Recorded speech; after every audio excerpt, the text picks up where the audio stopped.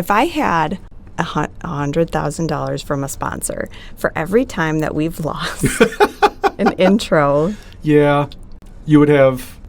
I would have $500,000 from a sponsor.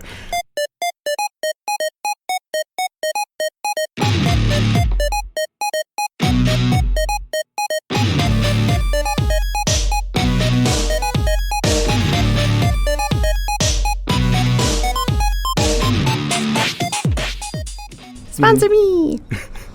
Why would they just sponsor us losing content? To make me feel better about myself. Because sometimes you need a little treat. I do need a little treat. And that could help. See, like a sponsor could jump in there. Do you ever need a little treat? Buy some Oreos. Buy a juicy fruit. How about a Gatorade? How about Nerf guns?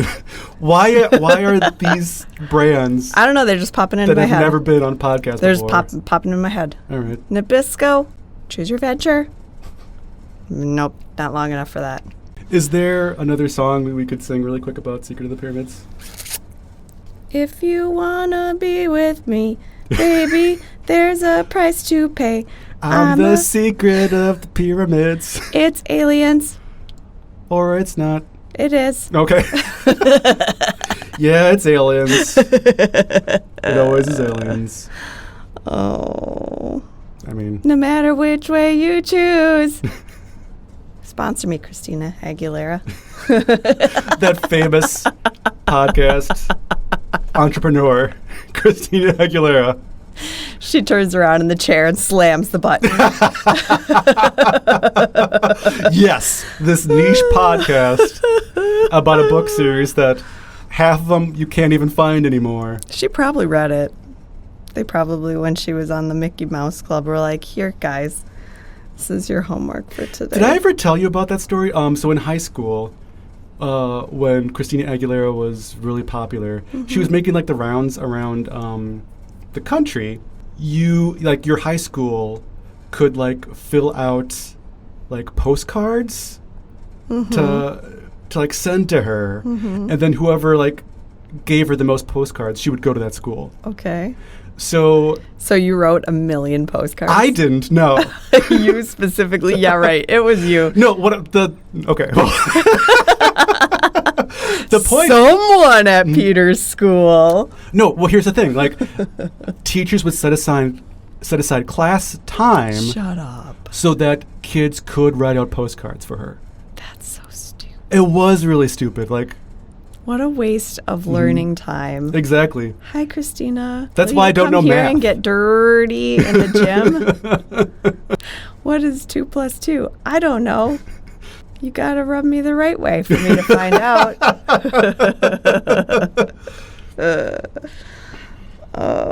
I only know 2 of her songs. I can't do any more things. There was that. Something about you're beautiful. You are beautiful. Yeah, she does have a lovely voice. Like, I love her capacity to sing things. It's kind of Cher-esque, I would say. Have I told you how much I love Cher?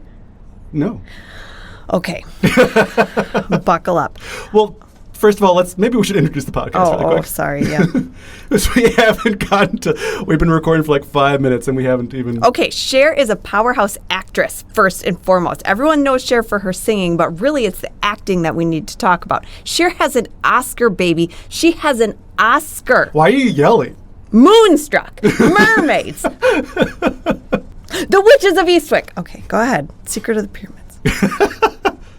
We should do it. We haven't even introduced ourselves. That's what I was trying to say, Abby. I mean, I've introduced Cher. I think that's important. That is important, clearly, to this book. I feel like Cher would have liked this book. I don't think so, Abby. I feel like Cher would have loved this book. I don't know if that's true. Okay, whatever. I'm sure she's multifaceted. I don't think she would have liked this book. I would have loved to read her tweets. Have you read her tweets? Cher's tweets are golden. She's hilarious on Twitter. Has she talked about this book? Probably. She talks about a lot of stuff. Okay, well, fair enough. And she like claps back at people like nobody's business. She's really funny. Welcome to Choose Your Own Book Club. Beware and warning. And welcome. Welcome to Choose Your Own Book Club, where we talk about share. Well, I try to talk about these books, and then Abby just interrupts me about share. So my name's Peter, and I'm a librarian. What about you, Abby? My name's Abby. I'm also a librarian. Okay, good. And a Thank you. share enthusiast. You are a share enthusiast. You Share like to share- evangelist. You're a sharer. I'm a share evangelist.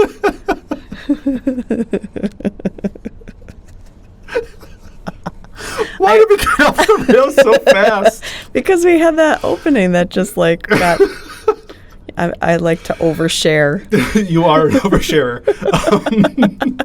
So yeah, Okay. a little bit of context. We my lost our God. original intro, so And it had good stuff on it. it had good stuff. So we were kind of digging for, much like in Egypt, we were kind of digging for better content, and we kind of went off the rails really fast. So let's try to get back on the rails with this pod. So this podcast is all Sure. about the Choose Your Own Adventure books. We're up to Yeah. number 19, Secret of the Pyramids. We sure are. And so yeah, we're both librarians, and I came up with a new moniker, Don't do it. CYOA, sommelier. Mm. So if you need a recommendation ever for like, oh, I'm feeling a little, I want kind of like an after dinner CYOA. Abby's really enthused about it. I'm feeling peckish. I'm going to talk to my CYOA sommelier. Oh, very good, sir. Let me Oh my recommend to God. you. Peter, don't... I'm sorry, I got us off the rails again. No, by the way. never. I'm just going to tell you, if you say that out loud in public to a person, they're going to punch you in the face. You're just going to get bodily harmed. And if I'm not there to defend you, I can teach you some basic self-defense moves. Well, luckily, we always walk around together, Okay, yeah. kind of like Just twins. constantly, Yeah. Like, Like in The Shining. oh no, I was thinking more like Danny DeVito and Schwarzenegger. Oh, I was we wear thinking- matching outfits, and I was thinking like the twins in The Shining. oh yeah, But we have a lot to talk about with this book. we do have a lot to talk about. Should so, we restart and do a real intro? Welcome to Choose Your Own Book Club. This is a podcast all about Is that my Choose Your voice? Own Adventure books. My name's Peter. I'm a librarian. My name's Abby. I'm also. a Oh, I like how librarian. you gave yourself a nice voice. Thank you. So we are up to I have a new moniker for us.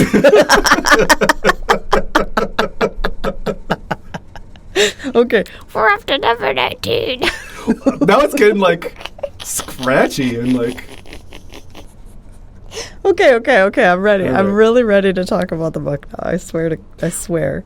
we're up to number 19. I swear. So we're up to number 19, The Secret of the Pyramids, by Richard Brightfield. So, Abby, the year is 1983. Sure is. I'm not even born yet. Not even born yet. Ronald Reagan is president, probably. Maybe. Yeah, probably. Sounds about right. Wham is burning up the charts. Heck maybe. yeah. And Preacher. Family Ties is on the air. Maybe. About Michael J. Fox and his Is he in that? tie business, I Yes. think. He's conservative. His parents aren't. And a little book series is kind of blowing up and saying, hey, we need to kind of crank these out a little bit more. Yeah. Packard, Montgomery, you're great, but we need more authors. Yeah, the publishers have dollar signs in their eyes. And And a song in their heart. yeah, they're like, our butts are too close to these chairs. We want our wallets to be thicker so that we can be higher up. So yeah, the first author they bring in is Richard Brightfield. And I wasn't able to find out too much about him. I'm going to look it up again really quick. So yeah, Richard Brightfield, born in 1927, and died in 2020, sadly. So again, just another person, unfortunately, we can't talk to. Yeah. Much like Montgomery, unfortunately. Yeah, it seems like Packard so far is kind of the only person we can really talk to. Pour one out. In the back material, it says that Richard Brightfield was a graduate of Johns Hopkins University, and he studied biology, psychology, and archaeology. He worked for many years as a graphic designer at Columbia University. I know he painted a little bit too. Yeah. But anyway, this series is what he's basically known for. He did all of the Choose Your Own Adventure Young Indiana Jones Chronicles. He did all of them, all tight. 8. Maybe we'll get to that at some point. Yeah, we got to read them. But he did, I'm looking here, he did about 12 of them. And the last half are really fun. Can I read the titles to you? Of course. So the last 7 or so are Masters of Kung Fu. Yep. Master of Taekwondo. Okay. Hijacked. All right. Master of Karate. Okay. I'm sensing a theme. Master of Martial Arts. Okay. Master of Judo. Oh my God. Okay. Master of Aikido. Okay. And number 176, kind of towards the end of the run, Master of Kendo. Oh my God. So yeah, he definitely had a theme going on towards his last that last. He's like, I don't know what to do. I don't know what to do. Okay, what's the next one? What's the next one on the list? Write what you know, right? Aikido. Okay. Like we kind of talked about, he also wrote Dragon's Den, number 33, which is one of my favorites. Yeah, that one's amazing. Because it's so wild. It is like off the charts. I can't wait to get to that one. And this one's a little bit crazy too. For his first one, I thought this one was all over the map. Oh, it in just the goes best way everywhere. possible. Like just so many places. And it's like, whereas the last couple ones, it's like, oh, you have, like kind of like these paths that are kind of taking you in one vein or another. This one is just like yeah, this one's wild, but like I said, in a really good way. So how about let's get to choose your own summary. Been putting it off for too long. No, we haven't. It's only been 17 minutes. Oh boy. Oh no. Well, that's okay. Abby, you are going to summarize this book in 60 seconds or less, but you're going to choose how you want to summarize it. Okay. So I'm going to give you 2 options. You pick the one you get to choose. Okay. So option number 1, again, this is Secret of the Pyramids. I thought it would be about mummies. It wasn't really about mummies. There was no mummies. Right, there's no mummy hijinks. 0. I was pretty bummed. Yeah, there were more mummies in The Mystery of Chimney Rock. There really was. But anyway, kind of when I came up with these, I thought there'd be mummies. So option 1 is you're going to wrap your summary. So I have some toilet paper here. You're going to wrap yourself up while you're doing your summary. Option number 2 is you're going to wrap your summary. So Oh my God. a lot of like, my name is Abby and I'm here to say. No. Like 1980s style. I can't think of rhymes that fast. Well, you can do like I could Egypt land, buried in sand. Oh no. This is the podcast, Abby. I don't know why you're all of a sudden so embarrassed. All right. If you want assistance, I can give you assistance. Otherwise, it's all up to you. Okay, fine. I'll wrap myself up. Okay. Okay. All right. Microphone's a little far away, but I can do this. And go. All right. So, my uncle Bruce is like an archaeologist or a scientist or something. I don't really know what his job is, but he calls me and he asks me if I want to go to like Egypt with him You go into the second arm. because he's going to figure out something about like a perpetual energy source in the pyramids. Wrapping legs. That's really a doesn't make good any strategy. sense, but whatever, bro. He's like, you want to come with me? And I'm like, sure, I must be off school or something. So that's what I'm doing. I'm going with him. So Wrapping the mouth. we're going. 40 seconds. We're going. I'm at 40 seconds. Or Oh, no. I'm sorry. You have 15 seconds left. Oh, Jesus. Okay, so we go there. We're in the pyramids, and then, like, either somebody's trying to, like, steal me and kill me or something, or I get to the pyramids, and, like, sometimes there's snakes, and sometimes I get killed, and almost all the time there's aliens. Love it. Okay. Well, that was pretty low energy. I'm not going to lie. Sorry. Oof. Perfect. I've used all my energy being funny about other stuff. All my energy is used. So yeah, let's get into this book, because I don't know if you Let's talk about explained it the best, but that's okay. No, I did a terrible job. Well, I'm glad you admit it. It's hard for me to do the things when I'm doing other things. So for me, at least, This book started off so crazy just because of the illustrations. Oh, yeah. And Ooh, so what are your illustrations? my illustrations are by Anthony Kramer. Me too. Okay, And so, yeah, just the illustrations are just so off.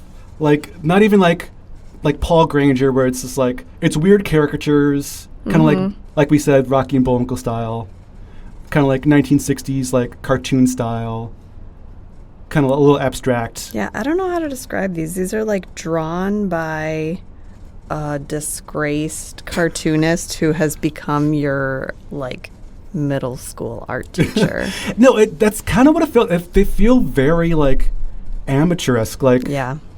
like a coworker that like can like draw okay, you know. Like. Yeah. And everyone's like, "Oh my gosh, they're so talented." And you're like, "Are they though?" Like, I mean, these yeah. are good for like somebody who's not good. They're good for someone who's not good. So yeah, it really started off with this weird energy right off the bat because of these illustrations. So it looks realistic enough. It's not either realistic or cartoony. It's like just, I don't want to say bad because Potatoes. Like the people look like potatoes. yeah, the people just look really off, and it looks very kind of like amateur-esque. Not to put down this art style, but No, not my fave. These Okay. look like potato people. So yeah, everyone just looks a little bit off.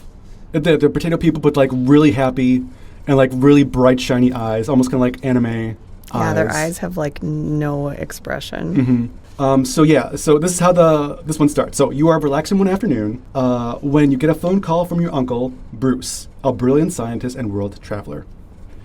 So he's going to Egypt, and he has some new equipment to continue to investigate the pyramids. And how would you like to go back with him for a few weeks? And so yeah, you're on this phone call with him. See, this part, I was like, okay, here's a time where it's like a grown-up I know who's Yes. calling me up. I was like, okay, Richard Brightfield, I'm on board. Off to a good start. This is my uncle. It's not some rando. All right, my parents would agree to this, Potentially, yeah. potentially. And then so it keeps going. You have always envied Bruce. Not Uncle Bruce, just Bruce, which I thought was weird. Bruce. Frickin' Bruce. Just going off to places. So yeah, the next few days are a blur of preparations. Before you know it, you and Bruce, again, saying Bruce, not Uncle Bruce, just Bruce, Yeah.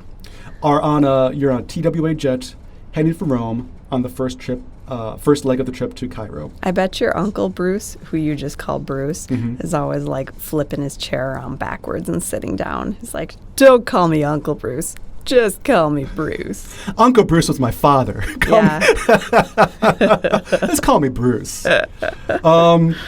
We'll talk about it in a bit, but Uncle Bruce is really weird. Yeah. He's not very good at supervising. He's not very good at supervising, but he's also just like. Anyway, we'll get into it. Okay. But on the plane, your uncle examines his plan to place special instruments in a chamber under the center of the largest pyramid at Giza. He hopes to test the pyramid's effect on the paths of cosmic rays, rays made up of high-speed particles from the space that usually penetrate deep into the ground. If my theory is correct, he says, these rays could be concentrated by the pyramid to produce an unlimited amount of energy. What does that mean? That's nonsense. So basically what it's saying is the pyramids are generating energy. I have instruments to harness that energy. Right.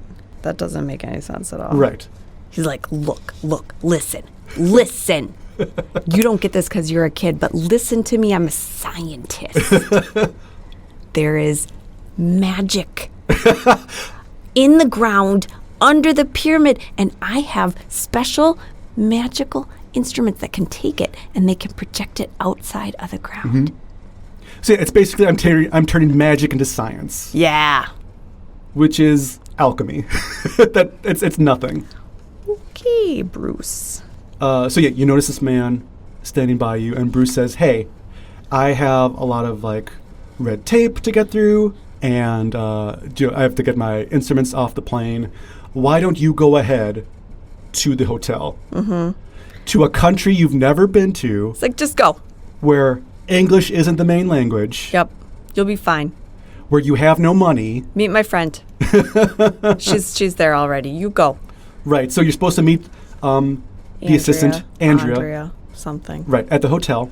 But this strange man gives you a note, and it says, beware the Sphinx. Yeah. And so that's your first real choice, is you can Yes. follow him, or you can go right to the hotel. So, Abby, I'm guessing you followed the man. You know I follow the man. I follow the guy. We get into a taxi cab, and I'm like, hey, do you speak English? I hope you speak English. And the guy's like, of course I do, Meester. Yeah, and it's very broken and kind of Yeah, not which was cool. not great. I wish Yeah. they hadn't done that. And then he's like, driving all around, like swerving, like almost killing us in the streets of Cairo and stuff. And then he stops because the car, he's like still following the cab. The cab stops, so my cab stops, and the guy who handed me the note gets out, and I'm trying to follow him. And he goes into this club kind of place. So I sit down. He goes into the Sahara Club? Yeah, he goes into the Sahara Club. So I go in. It's kind of like dark inside, and I don't see him, but I'm like, whatever. I'm going to sit down. I'm going to watch this belly dancer. And the belly dancers come up later, but we'll talk about that later. Yeah. So I go in, I sit down, they bring me some coffee, and I drink it. And I'm like, this tastes funny. And why would I drink it? Why wouldn't they give me the option to choose? You have no option to choose. You just drink it, and you get drugged. Yes. And there's a Girl. photo of you, like, Head down. on the table. Like, drugged hard. So I followed a guy in a foreign land as a child, drank a substance put in front of me, and get drugged. I wake up rough later, start. and I'm chained to a bed. Is that what happened? Yeah. Oh, I guess I missed that part. Yeah, man, I'm like chained up. So anyway, the belly dancer comes in. She's like, hey, my name is Serena. I'm going to save you. And I'm like, sweet. I am down to clown. So she comes to my rescue. She's like, I can help you escape. She unlocks the little like chain on my ankles. She's like, let's go through the window. I'll boost you up. And I'm like, ooh, do I have to go with her, or I could try to run out through the door? Yes. I decided to trust her because I trust women inherently. So anyway, we jump out through the window, and then we're up on the rooftop, and she's like very nimble and strong and stuff. And she's like, we got to jump. There are Because bad guys there are behind people you. chasing you. Yeah, there's people chasing you. You hear them like coming back through. So she's like, we got to jump and we got to go fast. She's like, I've tried to escape before and they always catch me, but I know what I'm doing this time. And you're like, oh, okay, hope so. So what did you do? I jump with her across the thing. So Real quick, though, but if you decide to stay behind, if you don't jump, the people that are chasing you, do you know who it is? it's your uncle. It's Uncle Bruce and Andrea. They were chasing you. And, like, that's the end, where it's like they find you, take you back to the States, and this Serena is, like, never heard from again. Yeah, basically. And none of your friends believe you that you have a friend who's a belly dancer who saved your life. But anyway. If you go with her, then you end up in, like, a donkey cart. And And then you can go with her to her village or get out of the donkey cart. If you get out of the donkey cart, then you end up in this, like, strange magician's house. Oh, yes. And he's like, hey, repeat these magic words. And it's a magic spell. And the words are like, Abba, ara, ara, abba, blah, ah. And I'm like, okay, that's not cool. That's not even anything. That's not even, that's just gibberish. And then you just basically go back to the beginning of the book. Yeah, so you it basically, like, it literally goes back to the beginning of the book where, like, you get the phone call again and you have to decide to not go on the adventure. Yeah. But if you stay with her in the goat cart, then you go back to her village and you see people in her village. And they're like, there's this big bonfire and they're kind of chanting and dancing around it. And I personally was like, uh-oh, this is going to be problematic. Yeah, I was worried it was going to get real racist there for a second, but it doesn't. Yeah, because, like, you reflect on it, it's like, oh, that was actually really beautiful, and, like, it was really cool to see these people come together. Yeah. So I think that was a good touch. I don't know how accurate it was, but I don't know either. But her, like, people in her village are like a tribal group called dervishes. I don't know if that's accurate or anything either. I didn't research, but she gets a message to your uncle, who then comes and rescues you and sends you back because your parents are mad. Yes. They are very mad. So that's the end of But they should be more mad at Uncle Bruce. they should be pretty ticked at Uncle Bruce because, like, he's the one who was like, hey, you go off on your own while I take care of customs. Right. And he should have been like, hey, man, stick with me real tight because this is a foreign country and I don't want you to get lost here or I'm going to be in deep doo-doo. Right. Thanks a lot, Uncle Bruce. But basically, every single thing that you do, if you follow the guy, is that's not the right path. Right, definitely. And also with that path, it kind of shows the whole problem with this book is that with that branch, there's so few choices you can make as opposed to other paths where there's too many choices. Like it wasn't the choice ratio wasn't evened out. Yeah. No, it was just like if you did that, every choice that you made was basically the end. Right. Then you do this in the end. You do this in the end. It was very, very short. Right. And so I went through all of those ones I did too, pretty fast. very quickly. And then I was like, okay, I guess there's no way to get to or figure out the secret of the pyramids unless I go back and go to the hotel. So that was my first run through. Of course I went to the hotel. Yeah. Because okay. I want to hang out at the hotel. That's what I figured. I don't know, watch some HGTV and just hang out a little bit. Get your nap on. You got jet lag. So you get to your room and the door instantly closes. And so you have a bad feeling about it. Like you're like, oh, is there someone in this room? Is there not? So that's your first real choice is, do you want to change rooms or not? And so I decide to not change rooms. Oh, that was a bad I don't choice. like confrontation. Well, they're both kind of bad. Yeah, they're both choices. bad. So it doesn't really matter. Yeah. But yeah, I don't change my room.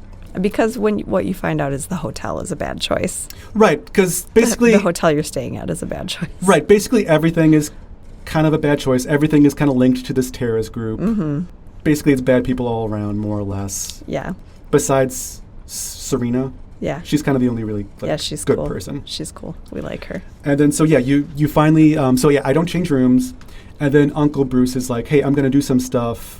He's like, oh, you're gonna want to rest up to see these belly dancers. And I'm like, Uncle Bruce, what are you talking about? Right? Why are you taking me to see belly dancers? Right, it's kind of weird. Jeez. And it's not only in that branch, it's in the other branch too. It is. Whether you change rooms or not, Uncle Bruce brings it up. Yeah, he really wants to go see the belly dancers with you. Yeah, it's just odd. And I think it's Brightfield trying to tie it in to this other storyline, just to be like, hey, which I always appreciate that kind of like that Packard philosophy of like, let's try to tie all these branches in together. Right. So that's what he's trying to do here. But it comes off as really weird. You rest up so you can see the belly dancers apparently, and then you wake up and there is a snake right in your face. Yeah, and you hear the click of a door because someone Yes. just put a snake up in your grill. Right. And the picture is so weird. It looks like you're wearing a snake as an eye patch, basically. Yeah, snake patch. It looks just so weird. Yeah, and you have no teeth in your mouth either. I think snake eye patches are going to be all the rage eventually. Very cool. So you can decide to kind of attack the snake, or you can kind of ask your Uncle Bruce for help because he has like an adjoining room. Oh, yeah. And then so I ask Bruce for help. And then while you're asking for help, he kind of like bursts through the door. He's like, we got to get out of here. And his room explodes for no reason. And then this is where it gets even crazier because then Andrea picks you up. You kind of explain the situation to Andrea, the assistant. And Andrea's like, hey, we're going to use my underwater car.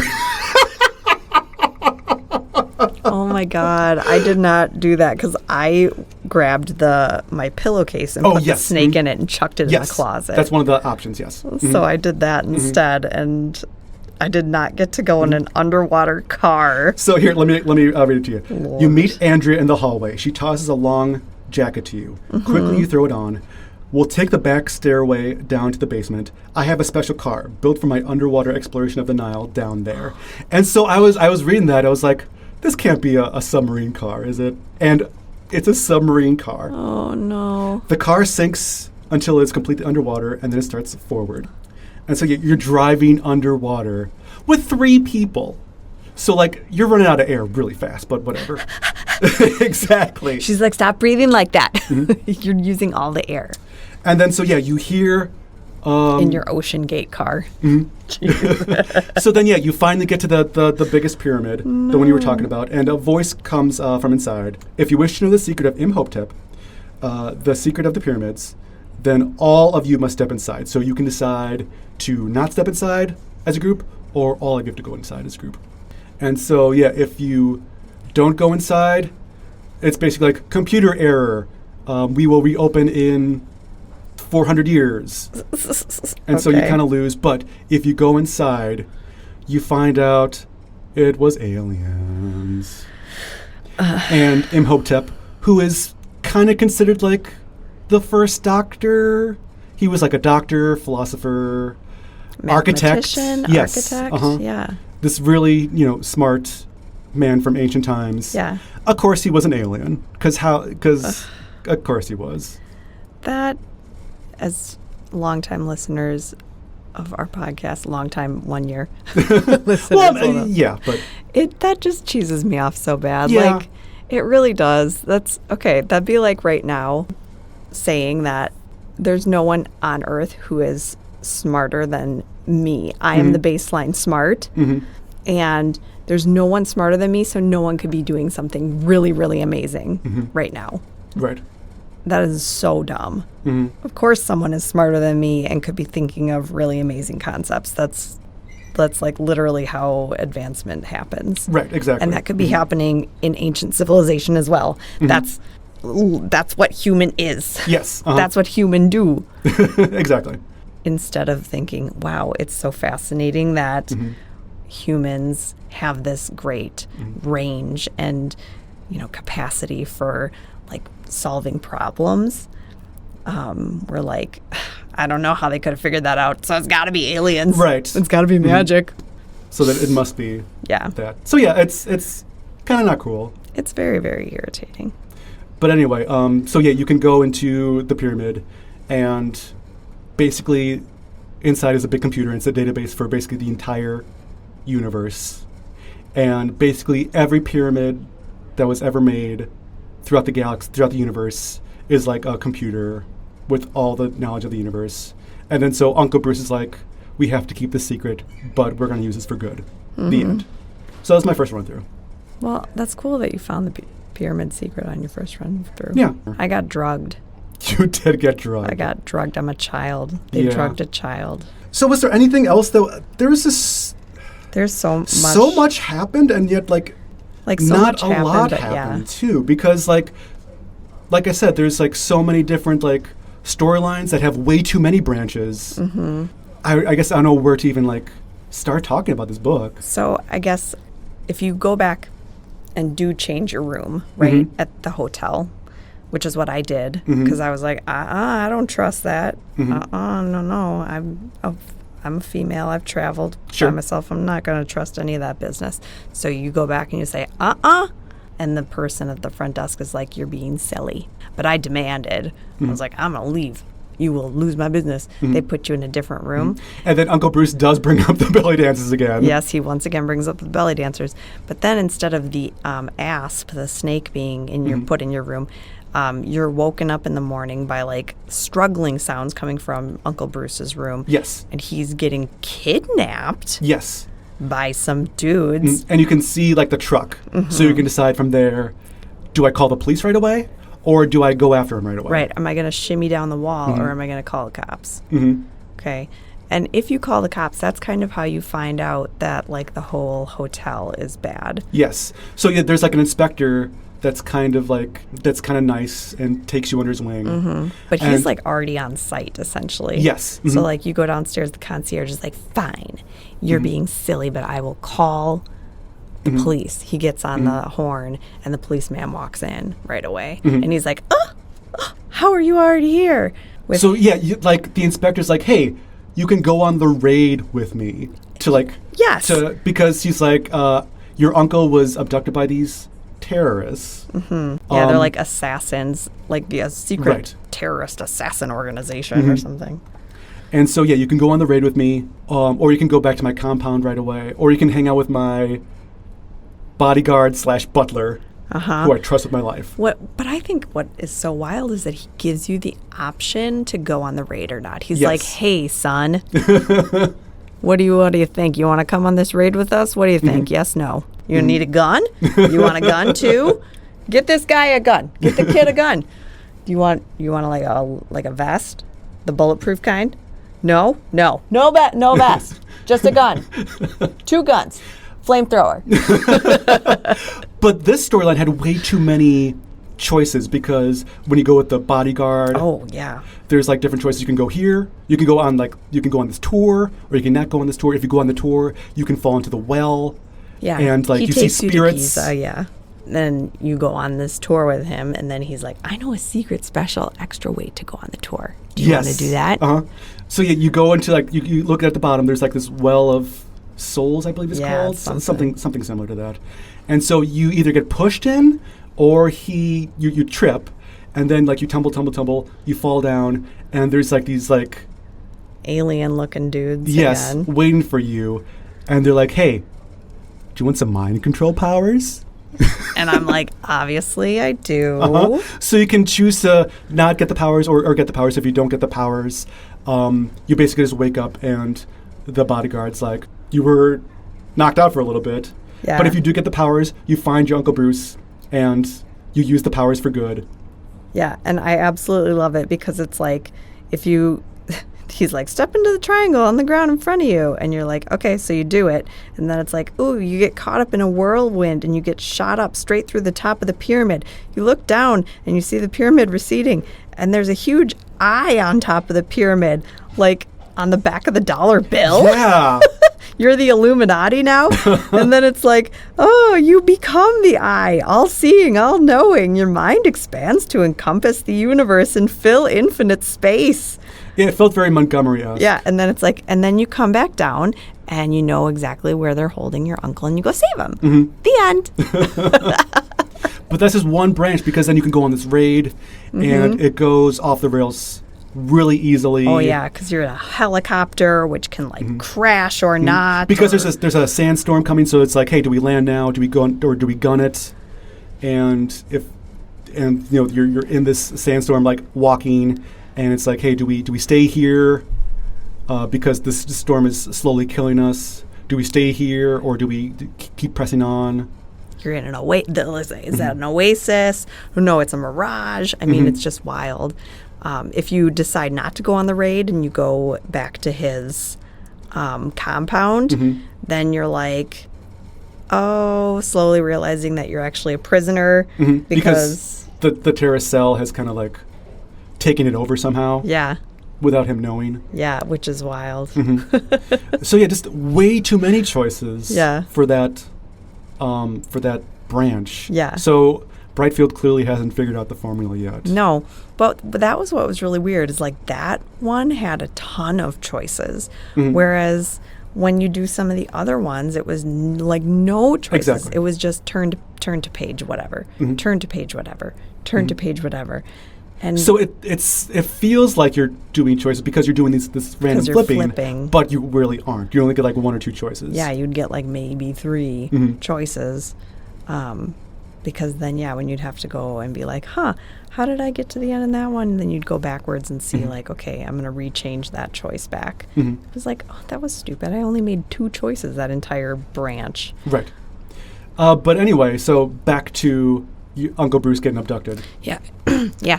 If you shimmy down the wall, then you can try to like chase the big van that they put him into.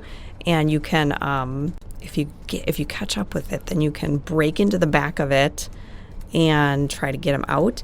And then like these big brutish guys like club you over the head, and they put you in the back of the van too, like tie you up, and then they take you to see Dr. Ta. Yes. PTAH.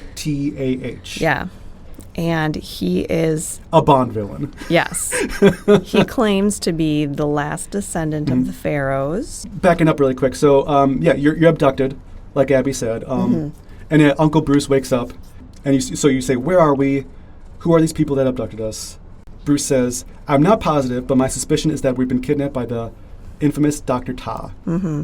The first mention of this. Yeah, Like, we don't know him, but he's infamous. right. So, again, I feel it's like something. Billy the Kid. He's Dr. Ta. Everybody knows him. Yeah, so I feel this should have been brought up a little bit earlier. Right.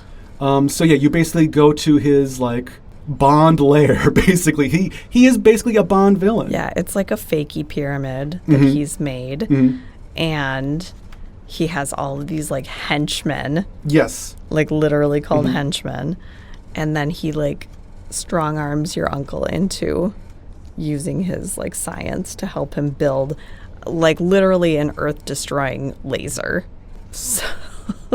So wild.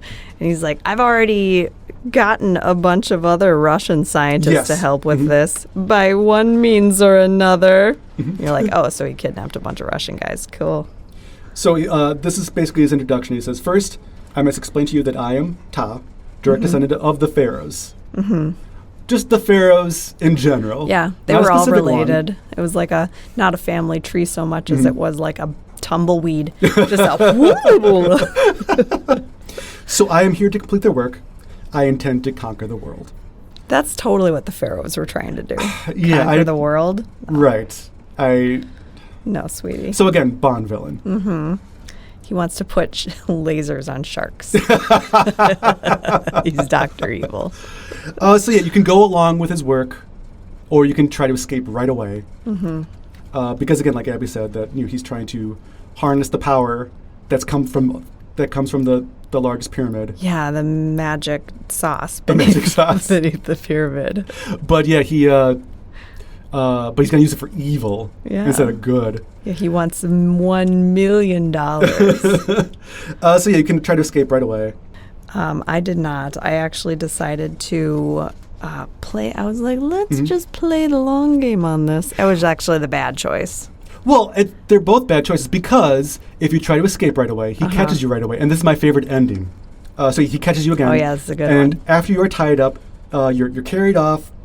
You are taken to the other end of the island where a rocket is ready to blast off to resupply Ta's orbiting space station.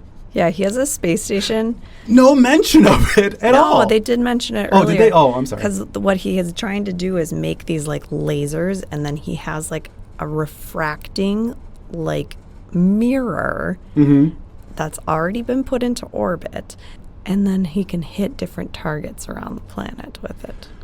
Pew, pew, okay. pew, pew.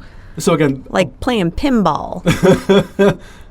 So it's very Bond. Yeah. That's Diamonds Are Forever. That's the plot of Diamonds Are Forever. Yes.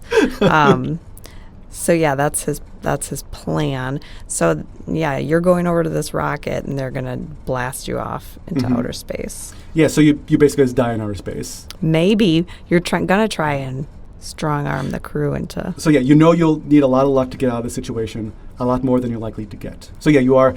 That's another thing about the endings. The endings are almost all positive. I don't think you can die.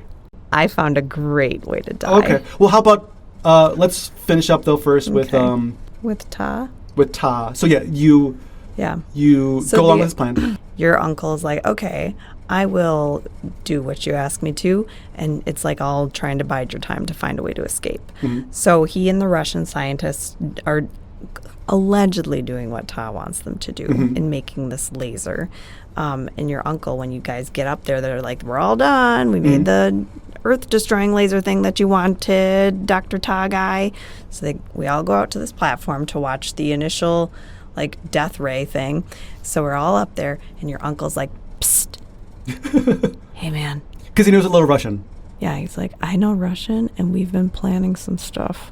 So take these earplugs. Yes. So they fire the laser up, and it's like... just like that. And it's getting louder and louder and like higher and higher pitched. And he's like, okay, seriously, it's like, put the earplugs in. So you put the earplugs in, and then all of a sudden it's like, all of Ta's henchmen and Ta are like... Like a flashbang. Yeah, it's basically they all like get stunned. I think it ends on Ta being defeated, and it's like, yeah, hey, me and the Russians are going to figure out how to... Yeah, we take their motorboat, we leave in it, and then the island explodes behind us. Very Bond. Is so Bond. Yeah, it was pretty fun. Well, I think there's a lot that we're cutting out, but I think there's only so much we can talk about with this one. Yeah. I have to tell you, though, my favorite... oh, please. Yeah, your favorite ending? My favorite ending is the best death in the book. Okay. That I found.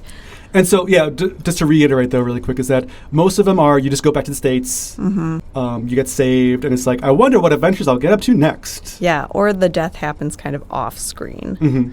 A lot of stuff like that. This is the death that I found that I was just like, gasp! This is wild. Instead of shimmying down the wall to follow your Uncle Bruce, if you call the inspector, there's a scene where you and the inspector go to look for Andrea in her room. Yes. And she's not there. There's a point where you can kind of like walk around in the streets by yourself. Oh, good. Which is that smart. works out well. Because you're with the bodyguard and you're like, I don't want to go on the tour anymore. I'm just going to explore. Yes. So you're exploring and you see this like beautiful woman and you're like, oh, she beckons to me to follow her. And you're like, oh my gosh, I can tell by her eyes, that's Andrea. Oh, girl, what do you want? Okay, I'll follow you. So you start following her. Oh, I do know this one, yes. And so you follow her into this area and you're in this room and she takes her, like, you know, face stuff off and she's standing there with a revolver and she says, kill, I must kill, in a mechanical sounding voice. Her eyes are glassy as if she's hypnotized and you're like, dude, what are you saying? She's like, the secrets must be protected, must be protected. Dude, I don't know any secrets. I don't know what's going on. What the heck is going on? I don't know anything. And then she raises her gun to fire and you're like, Andrea, no! But the pfft of the silencer ends it for you. The end. I did see that one through flipping around. And the picture that accompanies this is just so crazy because, yeah, it's Andrea. She's kind of shaking around. There's like wiggle lines. And she is holding the biggest gun ever. It basically looks like a little mini cannon. It looks like a PVC pipe. It looks like she's gonna like launch a potato gun at me. Yeah. But it was like, oh my gosh, I followed someone I trusted and then they shot me because someone was mind controlling them. Yeah. I didn't even know that mind control was possible in this book, but it is. And that's kind of this book a little bit in a nutshell, I think. Is that again, I think there's some I love Dragon's Den, number 33. So that's going to be a while till we get to that. Dragon's Den is also really wild. Yeah, but I like them when they're crazy. Yeah, me too. And so I didn't mind this one. No, it's fun. But it just needs to be evened out a little bit more, like because that one branch just had way too many endings, and so it was just very uneven. Yeah. The one, it was like it made it too hard to go back and, you know, it's fun to go back. Yes. And, you know, make a different choice. And the other one, it was just like, it's just me turning pages. So exactly. It felt like false choices. I agree. And, of course, you know, we could do without the casual racism and all that. I could really do without that. And, you know how I feel about the alien stuff. But right, I agree. I love aliens coming up in the books, but not if it means that we're going to, you know, say that ancient folks did not do the work that they did. Exactly. So, as a CYOA sommelier... Oh, my God, never. When would you recommend this book? Oh, I would recommend this book pretty much all the time. Okay. I really liked this one. You know me, I love them weird. I do too. The wilder they are, the more fun they are. Exactly. And the more rereadable they are. So I would say this one is up there, I guess. If you like the weird ones. I would say if you want something bright and sparkly, this is for you. You're liking it now. No, I'm not. Oh. Yeah, it's fun. It's cool. All right. It's not cool, but it's fun. Well, good. But there's nothing cool about us. We're just fun. We have a podcast about a book series that half of the books are unable to be found now, so I think we're pretty cool. That is very cool. So before we end today, I have another Packard update. So kind of like I said on our last episode, I've been talking to Edward Packard still a little bit, just kind of checking in a little bit. So this is my kind of question to him. I said, I wanted to ask you about the idea of continuity we were talking about, what was the last Packard, Underground Kingdom? Underground Kingdom. So yeah, I was talking to him a little bit about Underground Kingdom, and I said, I want to talk to you a little bit about continuity. Because this one has continuity, and most of your books seem to have continuity between choices/branches, which is different from the Montgomerys. Mm-hmm. So for an example, Montgomery will have a volcano that explodes in one branch, but he won't mention it in any others. If you have plot points to play out in one branch, you'll usually mention them in other branches. So wondering if you have any thoughts on that, was that intentional or planned on your part? And then so, yeah, this is his response. And again, this is 100% Edward Packard. I'm going to read it verbatim. I always try to maintain consistency among branches. If by a certain date/time a volcano erupted in one branch, I would never have anything inconsistent with that in another branch. That doesn't mean the volcano eruption would be mentioned in other branches in which it wasn't relevant. So again, I think he tried to do that continuity as much as possible. I think in Brightfield, I think we're going to find he also likes that continuity between branches. Montgomery, not so much, for better or worse. Montgomery is the Wild West, man. And sometimes it works and sometimes it doesn't. Yeah. I just, as an adult reader, I like that continuity. Yeah. As a kid, like you said, as a kid, Right. I probably wouldn't have cared. As a kid, you don't really notice it, but as an adult, you're like, wait a sec. Mm-hmm. Who is this Birch Muldoon? Yes. Oh, yeah. Yeah. What was his name? that guy's name? Oh. I can't remember. I was just thinking about that. That's how you know you have a podcast, when there's details that you can't remember, but there's someone listening that's yelling into their phone, being like, "It's Birch, whatever. Why can't you remember? I remember." Right. I'm sorry to anyone, Mugworth or something. But that I was just thinking about that. There's someone screaming into their phone right now. It was from the Nabuti book. It sure was. But that was 6 months ago for us, and oh my gosh, for you listening, it was probably a day ago, because you probably just binged these. True. Well, yeah, thanks for choosing us today, everybody. Make sure that you follow us on Instagram, because I think Abby usually she posts some illustrations. It's true. And memes. From the book. If I can find them. Yeah. And so it's just we're having fun over there. It's also a good way to message us. Yeah. And I get messages on there. Yes, and Choose Your Own Adventure follows us. Yes, so we're famous now. I don't know if you know or not. Super famous. Mm-hmm. So get on over there. We're having fun. Make sure that you subscribe, just so you can stay on top of recent episodes, because sometimes I just get busy and I can't edit them in time. So. And there's 20 minutes of doo-doo in this one. So. This one's going to have to be edited down a little bit. And also, if you have an Apple device, if you can go on to Apple Podcasts, if you can give us 5 stars, give us a good rating, that just really helps out the podcast, because that's how other smaller podcasting platforms still measure success, is through Apple Podcast reviews. So it helps us out, even if you don't use Apple Podcasts. If you have an Apple device, go on to Apple Podcasts, write us a review. It helps us out, and it just helps us feel good, because we like reading them every once in a while. Yeah. And if you write a good one, we'll read it on the podcast. Yeah. If you write a mean one, if you can still give us 5 stars, we'll still read it on the podcast. Yes. You can say Peter smells. I'd be like, fair. Well, thanks for choosing us today, everybody. I don't even know. Oh, I know what our next book is. Our next book will be number 20, Escape. Escape by R.A. Montgomery. I am excited to read this one. Yeah, I don't know. Because I feel like I have a lot of song options for it. Also, it's not something that Montgomery has touched on yet, at least from the little I know about it. No. Yeah. It's not outer space. Nope. And it's not a weird worldly adventure. So no. Yeah, so we got something new. Yeah, from old Montgomery. Yeah. Old Montgomery.